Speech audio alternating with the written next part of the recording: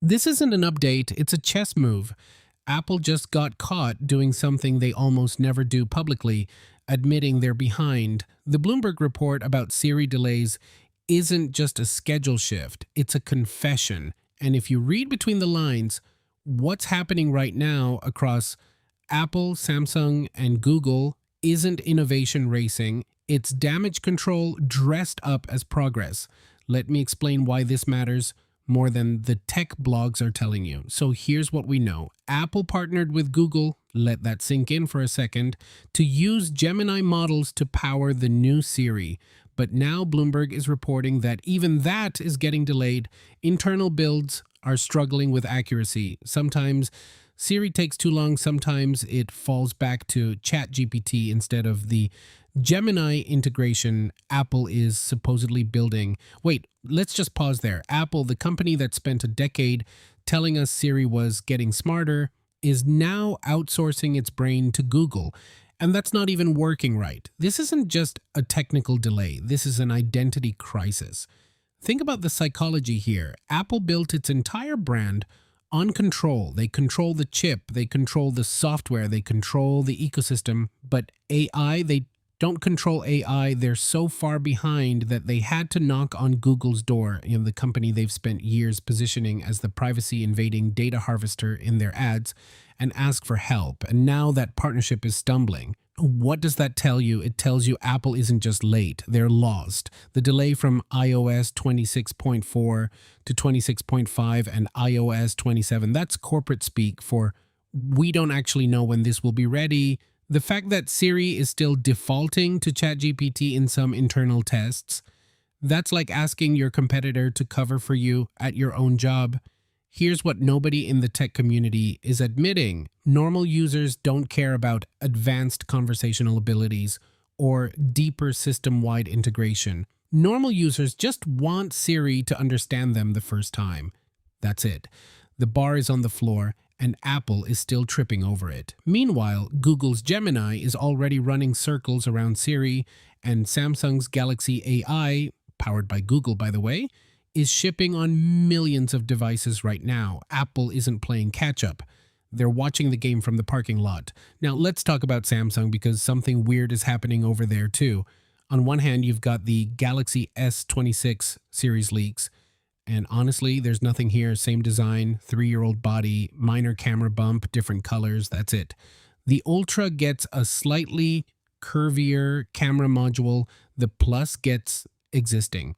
If you followed Samsung long enough, this feels familiar. They do this every few years, a holding pattern where they refine instead of reinvent. But the question nobody's asking is why now? Why is Samsung playing it safe with the S26 at the exact moment Apple is vulnerable? Here's one theory. Samsung knows something we don't. When you're winning, you don't take risks. Apple's AI strategy is in shambles. The iPhone 17e is shaping up to be a mid-cycle filler device. The iPhone Flip is still a rumor. Samsung's response to all this, a safe, polished, incremental upgrade that consolidates their position without gambling on unproven features. That's not laziness, that's confidence. But then there's the other Samsung, the one that just leaked, the Widefold. And this is where it gets interesting. So Samsung is apparently testing a foldable phone with a 16 by 10 outer display aspect ratio. For context, that's the same ratio as your MacBook, not your phone, your laptop. When closed, this thing would be absurdly wide. We're talking doesn't fit in a normal pocket wide. But when opened, the inner screen is 9 by 7, more rectangular than the current square-ish Fold, closer to a small tablet than an e-reader. I'll be honest, when I first saw this, I thought it was ridiculous.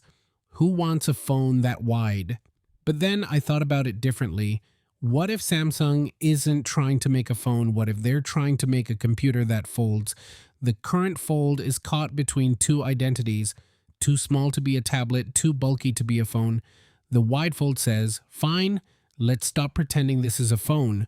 Let's make something that's actually useful when it's open, even if it's weird when it's closed. This is Samsung doing what Samsung does best, throwing hardware at the wall to see what sticks. They did it with the Note. They did it with the original Fold. Now they're doing it again. But here's the psychological angle. Samsung is experimenting publicly while Apple is still figuring out if they even want to make a foldable. The iPhone flip rumors, they're just rumors. Apple's testing it, sure, but testing and shipping are different things. Apple doesn't do weird until they're convinced it's going to be mainstream. Samsung does weird first and lets the market decide. That's not just a product strategy, that's a cultural difference. All right, let's talk about the iPhone 18 Pro rumors, because this is where Apple's anxiety really shows. Variable aperture camera, smaller dynamic island, Apple's C2 modem, N2 wireless chip, 2 nanometers A20 chip, larger battery, expanded satellite capabilities. That's a lot of upgrades. But here's the pattern I want you to notice. Almost everything on this list is about catching up, not leading. Variable aperture, Samsung did this on the Galaxy S9 in 2018. Smaller dynamic island, that's just fixing something people complained about. Apple's own modems, that's about reducing dependence on Qualcomm. The supply chain play, not a user experience breakthrough. The one genuinely interesting thing is the satellite expansion. But even that feels reactive. The smartphone market is saturated. Everyone has a phone.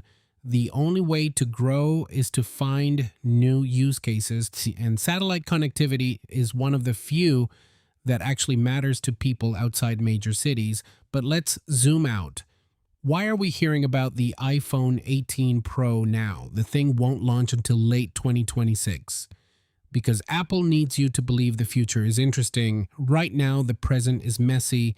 Siri is broken. AI is delayed. The iPhone 17e is a budget play. The iPhone Flip might not even exist. So Apple leaks the iPhone 18 Pro to remind you, hey, we're still working on cool stuff. It's a classic misdirection. Keep the enthusiasts focused on the horizon so they don't notice the potholes at their feet. And it works. Go read the comments on any iPhone 18 Pro leak video. People are genuinely excited about a phone they can't buy for almost 2 years. That's not rational behavior. That's brand loyalty overriding critical thinking. Let me bring this back to reality. The silent majority, the millions of people who buy phones because they need phones, not because they watch tech videos, they don't care about any of this. They don't know what a variable aperture is. They don't know what 2 nanometer process means. They don't care if Siri is powered by Gemini or ChatGPT or a magic 8-ball. They just want their phone to work. And here's the uncomfortable truth for the tech industry. The Galaxy S26's boring upgrade, that's fine for most people. They'll buy it because their current phone is old, not because the new one is exciting. The Widefold's weird aspect ratio, most people will never even consider it. Foldables are still under 2% of smartphone sales globally. The iPhone 18 Pro's future features, most buyers won't remember any of these leaks by the time the phone actually launches. The tech community lives in a bubble where every incremental spec change feels monumental. But outside that bubble, people are just living their lives. They notice when their battery dies too fast. They notice when Siri misunderstands them for the 5th time.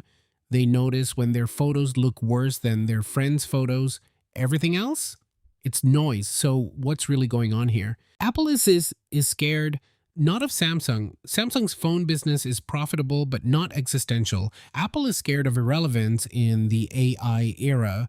Their entire ecosystem advantage depends on being the best user experience. If Google and Samsung deliver better AI on cheaper phones, Apple's premium positioning starts to crack. Samsung is opportunistic. They're playing it safe where it matters with the S series and taking risks where it doesn't with the Widefold. It's a smart hedge. If the Widefold flops, they've still got their mainstream lineup. If it succeeds, they've defined a new category. Google is patient. They don't need to win the hardware game. They just need their AI to be everywhere. On Samsung phones, potentially on iPhones, and definitely on Pixels. Every delay from Apple is free market education for Google's AI tools. And the users? They're caught in the middle of a chess game they didn't ask to watch. Here's what I want you to think about. When you see the next headline about revolutionary AI features or game-changing foldable designs, ask yourself who benefits from this narrative? What fear is this product addressing? What problem does this actually solve for a normal person? Because most of the time, the answer isn't innovation, the answer is survival. And once you see that, you stop getting excited about specs and start paying attention to strategy. See you next one.